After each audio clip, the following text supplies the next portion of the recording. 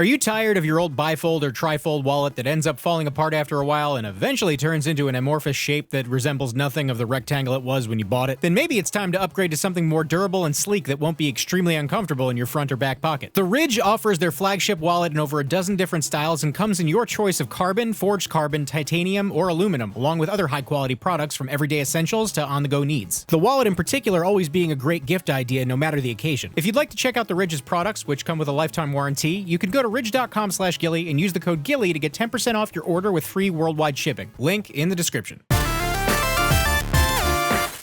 So last week, I found out about a new fan game that I knew I'd have to cover in some capacity as soon as I saw it. I typically don't make dedicated videos covering this type of game and usually save it for a compilation video where I cover a bunch of fan games at once, but I didn't have one of those in the works and couldn't just ignore this one. In possibly the most unexpected mashup ever, Return to Castle Monkey Ball is exactly what it looks like. The classic mechanics and gameplay of Super Monkey Ball combined with the corridor level design, assets, and world of the granddaddy id shooter Wolfenstein 3D. This isn't something I would have ever expected to exist, but every once in a while, a fan game creator goes rogue and creates something ridiculous like this. So what we have here is, like I said, basically a Monkey Ball game inside of Wolfenstein 3D. There's 8 floors in each playthrough, regardless of the difficulty setting you choose, but what I wasn't expecting at all was for the game to be procedurally generated, making the game infinitely playable. Whether or not you'll want to do that, though, is something I'll explain later. Hey, real quick, if you like the video, consider subscribing. It actually helps out a whole lot, and if you like what you're seeing right now and you want to see more, click the subscribe button to see when I upload. So, the story this time around doesn't involve the angry guy with the mustache, and they even removed said mustache from the paintings on the wall like in the Super NES version of Wolfenstein. Instead, the story goes as follows.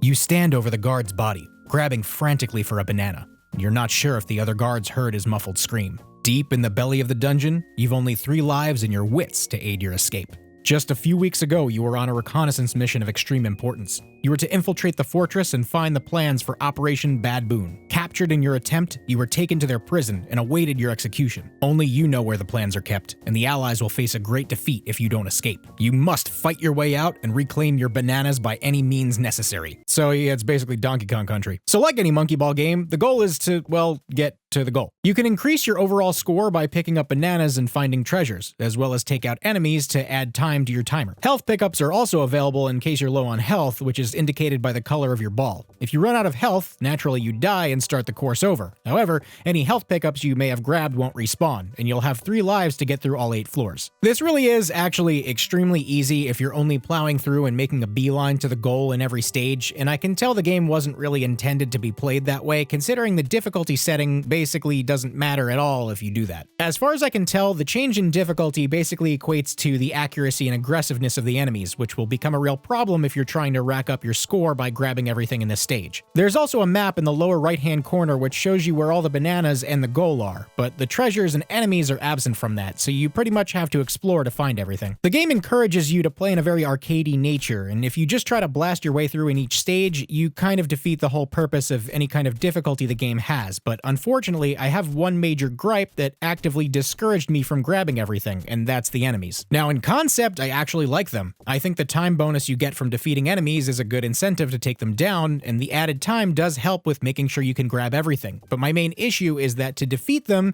you need to bump into them multiple times. The only way to take them out with one hit is to charge full force and hit them at your maximum speed. And because of the way the levels are laid out, that's easier said than done. 9 times out of 10, I bump into a guard only to then need to retreat so I can gather enough speed back up to take them out with a second hit, and sometimes more if I didn't have ample runway room. And if you're playing on any of the harder difficulties, you might as well forget about it because it's damn near impossible to retreat properly without getting shot. I honestly think the game would become infinitely more enjoyable if enemies were taken out with one hit no matter what, as long as you at least get some kind of adequate speed built up. But the whole situation instead is just super cumbersome and makes me want to avoid every enemy altogether. I thought maybe on the easier modes they would have less health, but nope. All the difficulties do is change the enemy's behavior. It's a shame because I think that just a little tweak like that could make the game way more fun. Now, the controls and camera are another couple things that tend to be a little bit frustrating. See, the controls aren't bad by any means, but the camera kind of actively works against them. See, despite Monkey Ball typically being an analog-controlled game, Return to Castle Monkey Ball uses either the WASD or arrow keys for movement. Now, this works just fine for the most part, but because of the tight, closed-in corridor designs of Wolfenstein stages, Seeing what's behind you and swinging the camera back around once you've passed an item or missed a goal is a bit of a struggle. Because of the way the camera reacts to your movement and how your movement is affected by the position of the camera, if you happen to pass something by and need to turn around, you basically need to press the down arrow and then immediately press up again, because once the camera swings back around, the down arrow is no longer the direction you were headed in. It's a little disorienting to say the least, and this makes it even harder to deal with the enemies, which is why combat is a total struggle. Now listen, I don't want to rag on it too hard. I know it's a fan game created in someone's free time, not some kind of polished product, but I guess I just would like to see these kinks ironed out considering how unique the game is, and I feel these things are pretty detrimental. Other than those two gripes though, overall the game is actually decently polished. As you can probably tell, as expected, the game looks great. And by great, I mean it looks like Wolfenstein 3D. They didn't really take much artistic liberty here, but I do have to say it's kinda cool playing as BJ in the third person and being able to actually see his sprite during gameplay. Now, despite being procedurally generated, the maps usually end up being pretty decent. And I only ever ran into maybe one weird situation where the game spawned me literally directly in front of a goal. Now, like I said, the only thing that changes between the difficulties is the enemy behavior, so it doesn't really matter too much which difficulty you play on unless you're trying to get the highest score possible. As much as the game is designed to have you rack up a high score, I think at this point in time, the higher difficulties are best experienced by just trying to get to the goal as fast as you can, while picking up anything you can on the way. I think there's still some fun to be had here, considering the stages are never the same, so you never really know what you're going to be up against. If you want to play the game in the arcadey fashion it's meant to be played in though, probably the most optimal way is by playing it on Can I Play Daddy mode, or easy mode for those unfamiliar with Wolfenstein. This makes it so that the enemies are never really a problem, and if you're fast enough, you can grab everything in the stage to rack up your score. Following up on what I mentioned before though, you can't see any of the treasures on the minimap, so it becomes a real race against the clock if you're trying to scour the entire map as fast as you possibly can without confronting any of the enemies. Maybe this isn't the way the game's meant to be played, but that's how I had fun with it. This is probably the best of both worlds in my opinion, and the optimal way to experience the game,